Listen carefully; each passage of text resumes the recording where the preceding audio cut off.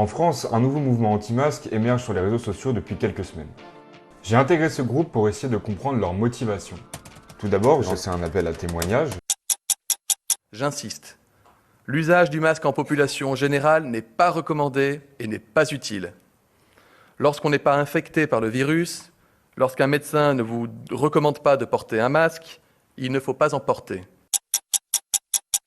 Je pense qu'il y a un consensus très clair aujourd'hui pour dire il ne faut surtout pas avoir de masque pour le grand public, ça n'a pas d'intérêt et c'est même presque faussement protecteur puisqu'on porte un masque et on se contamine les mains et puis on n'a pas le masque 24 heures sur 24. Non, les Français ne pourront pas acheter de masques dans les pharmacies parce que ce n'est pas nécessaire quand on n'est pas malade. Il n'y a pas de sens à porter ce masque lors des déplacements autorisés. La meilleure des protections, ce sont les gestes barrières. Il ne faut pas considérer que le port du masque serait l'alpha et l'oméga de la protection des personnes, c'est faux. D'abord parce que le masque, il peut être porté, retiré, touché, et les services de réanimation, les services de médecine hospitaliers sont remplis de personnes qui, pour certaines d'entre elles, portaient des masques et considéraient que le masque allait les protéger. Pour m'aider à y voir plus clair, j'ai fait appel à Tristan Mendes, maître conférencier associé à l'Université de Paris. Un mouvement anti-masque est un mouvement qui est très hétérogène, avec des profils extrêmement variés. Ça ne sert à rien. Bravo. Il faut le dire et Ça, insister c'est dit. dessus, ça ne sert à rien. Mais pourquoi ? Le masque sert quand tu es atteint d'une affection type grippe pour éviter que tes postillons ou tes projections aillent impacter la personne que tu as en face de toi et donc que tu transmettes ta maladie, mais il ne sert absolument pas, si tu es un sujet sain, à te protéger de la maladie parce qu'il n'a pas un filtre suffisant pour empêcher le virus de passer. Les masques qui te protègent de la maladie, c'est ce que portent les médecins. Ce sont des masques type FFP2 ou FFP3, dits masques canards. Tu as dû les voir comme photo. Et ça, on peut pas les acheter en pharmacie. Ils sont difficiles à porter pendant plusieurs heures, si tu veux. Quand un chirurgien les porte pendant 4-5 heures, il faut dire que c'est difficile parce qu'il fait très chaud dessous, tu respires assez mal. Mais voilà, ça c'est des masques véritablement Donc les de petits protection. masques qu'on voit, ça sert à rien. Ça sert à rien. C'est une légende urbaine, ça. Il faut que les gens le comprennent bien. La seule chose qu'ils font tourner, c'est les pharmacies en achetant ça. Mais sinon, Oui, c'est ça, voilà, c'est le ça sert à business rien. des pharmacies. Nous sommes face à une... Voilà. Dans cette vidéo, je vais vous expliquer ce qui motive cette communauté à ne pas vouloir porter de masque. Et que pensez-vous du port du masque obligatoire, notamment dans des lieux clos ? Alors, le port du masque est essentiel, bien entendu, pour les soignants, pour se protéger. Il est essentiel pour les patients qui sont contagieux. Il peut tout à fait se comprendre en pleine période épidémique dans les lieux clos, dans les métros, dans les rassemblements, associé bien entendu au lavage des mains avec les solutions hydroalcooliques. Le masque met de la distance sociale, en plus d'une protection respiratoire. Est-ce qu'il m'est possible, moi, de convaincre les gens de son utilité aujourd'hui? Non, parce que nous ne sommes pas en phase épidémique et je n'ai pas les arguments pour le faire. Ça a été une décision des autorités sanitaires que j'appliquerai en tant que citoyen, mais il m'est difficile, vu ce que j'observe, c'est-à-dire des masques qui sont réutilisés, qui passent de la poche au visage, qui sont touchés. Je ne sais pas. Je ne sais pas quelle est l'utilité. Ce que je sais, c'est que quand on impose une contrainte aux citoyens, il faut leur expliquer. Je pense que cette explication, si elle n'a pas été faite, va venir. Qui n'ont pas tous les mêmes arguments. On va des personnes simplement sceptiques, qui se croient spécialistes soudainement du masque, à un autre extrême qui est le complotisme exalté. La décision d'imposer ou non le port du masque au cas par cas, est-ce que c'est la bonne stratégie pour la France ? Je ne pense pas que le débat soit médical, comme vous l'avez dit. Je crois que c'est une décision qui est politique. Sur le plan scientifique, il n'y a pas vraiment de rationnel à mettre un masque à l'extérieur. Le message important me semble être de dire il y a une circulation du virus et il faut faire attention. Ce que disait Djilali Hannan dans le message que vous avez passé, c'est de dire quand on ne peut pas respecter au moins 1 mètre de distanciation physique, il faut probablement porter un masque. Expliquez-moi dans quelle rue on n'est pas à 1 mètre de notre voisin. Donc c'est probablement relativement faussé et la décision est politique pour faire passer un message. Après, toute la difficulté est à mon sens, et de ne pas pousser, comme le disait Martin Blachier, les Français au-delà de ce qu'ils peuvent supporter. On l'a bien vu avec l'épidémie en Corée notamment, le masque, ça ne suffit pas. Quand le reste n'est pas bien fait, on a quand même une flambée épidémique. Donc je suis un peu circonspect sur ces mesures. Maintenant, c'est une décision politique, je crois qu'il faut les appliquer. Il faut impérativement porter le masque dans tous les lieux fermés, quels qu'ils soient, parce qu'on sait que les clusters se déclenchent dans ces lieux fermés. Pas avoir 0 mort, on n'arrivera pas à avoir 0 contamination, pas plus qu'on a avec la grippe. Reprise très forte qui pourrait, selon le docteur Djilali Hannan, survenir dès la fin du mois d'août.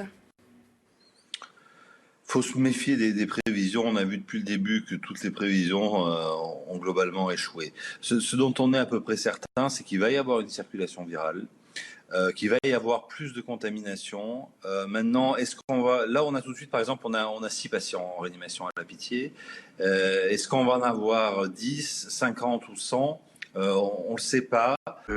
Qui se croit spécialiste soudainement du masque. Et l'invité ce matin est Jean-François Toussaint, professeur de physiologie à l'Université de Paris. J'ai pensé à ce que le président du Conseil scientifique avait dit le 7 juin, il y a à peine 2 mois, en disant il n'est pas sain qu'une structure créée de toutes pièces pour résoudre des problèmes dans l'urgence perdure. Et il avait annoncé la fin de ses travaux en juillet. C'est-à-dire la structure en question étant le Conseil scientifique. Le Conseil scientifique. Nous sommes le 5 août et le Conseil n'a pas fermé ses travaux. Il persiste dans une vision de la crise qui n'est plus tout à fait celle de la réalité. On a parlé de la triste et difficile réalité tout à l'heure.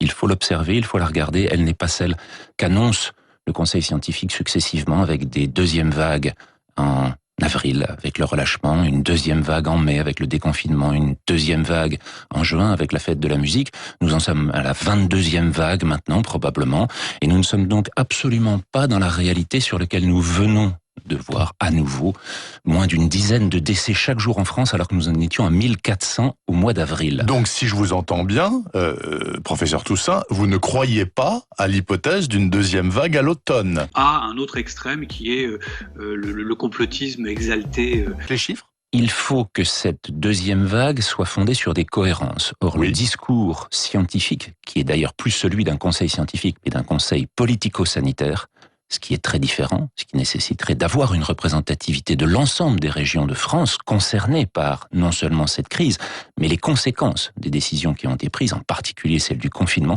qui nous amène à une catastrophe économique sur laquelle les plus jeunes d'entre nous vont payer un prix considérable. Progressivement, s'effondrer dans une situation qui économiquement va dépasser de très très loin par ses effets négatifs les quelques rares effets positifs qu'on croyait être ceux du confinement et qui n'ont pas été démontrés. Pourquoi est-ce que vous ne pensez pas qu'on est sous le coup d'une potentielle deuxième vague? Vous me l'avez pas encore dit. Alors il faut définir ce qu'est une deuxième vague. Si on dit c'est le relâchement, on a vu qu'il n'y en avait pas. Si on dit c'est la fête de la musique et les rassemblements des jeunes, il n'y en a pas. Si on dit c'est le reconfinement à Leicester ou en Rhénanie-Westphalie ou de la Catalogne qui doit changer le taux d'hospitalisation dans ces régions, il n'y a pas eu le moindre effet de ce qu'ont été annoncés dans ces régions-là par la suite. La potentielle réélévation du nombre d'hospitalisations et de décès à l'automne est une saisonnalité. Cela n'a rien à voir avec une deuxième vague et ça veut dire que ça fait introduire un paramètre qui n'a pas été pris en compte par le Conseil scientifique au mois de mars, qui était celui de la dépendance à l'environnement. Or, ces éléments-là sont en train de se passer en Amérique du Sud. Il faut surveiller de très près ce qui se passe au Brésil, au Chili, au Pérou, en Colombie, où ces taux sont encore en train de s'élever, voire peut-être en train de diminuer, mais enfin c'est de là que viendra la saisonnalité à l'automne, et pas du tout par le comportement des Français ou qu'ils mettent un masque dans les lieux ouverts, comme ce sera le cas la semaine prochaine. Le professeur Eric Combe du Conseil scientifique vient de le dire dimanche, ce qui est là encore une bascule à 180 degrés par rapport à ce qu'était la philosophie du Conseil scientifique, vient de dire dimanche que c'était important que les jeunes se fassent contaminés pendant cet été, puisqu'ils seront, et là on redevient un peu scientifique, les piliers de l'immunité collective l'hiver prochain, si jamais une saisonnalité s'instaure. Ça, pour la rougeole, il faut qu'on soit à plus de 90-95%. Mais pour ce SARS-CoV-2, on ne sait pas du tout. Et au doigt mouillé, on a sorti un chiffre de 60-70% sans valeur scientifique. Le nombre de décisions qui ont été prises sans fondement scientifique. Le masque pour tout le monde, bientôt sur les quais de Seine, déjà dans les grandes villes, etc. Ça sert quand même, c'est utile, non ? Ça sert au mois de février. Au début, on disait que ça servait à rien. Maintenant, ça sert. Ça sert au mois de mars, ça sert au mois d'avril, au moment de la phase exponentielle, explosive de la maladie. Et les pays qui ont mis en place ces distanciations sociales et le masque dans leur population, comme la Corée, le Japon, Taïwan, ont réussi à avoir des taux 100 fois inférieurs à ceux des pays européens. 100 fois inférieurs en termes de décès, c'est-à-dire le prix le plus lourd à payer et celui sur lequel on mesure réellement une pandémie. Eh bien, ces pays-là n'ont pas confiné. Oui.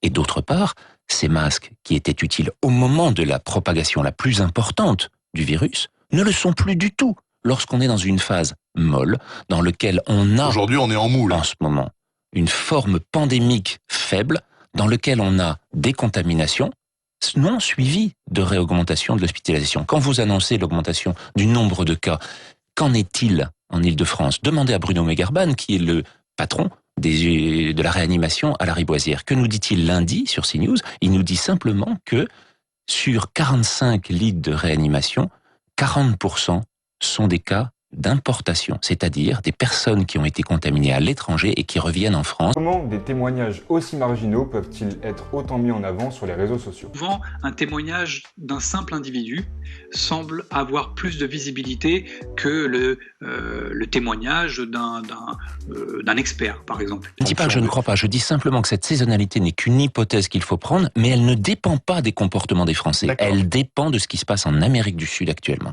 Le principal qui sort, c'est celui de l'espérance de vie des populations, c'est-à-dire le fait d'avoir atteint un des maxima du développement humain, celui de l'augmentation de l'espérance de vie. Et plus encore, c'est celui de la perte de la progression d'espérance de vie.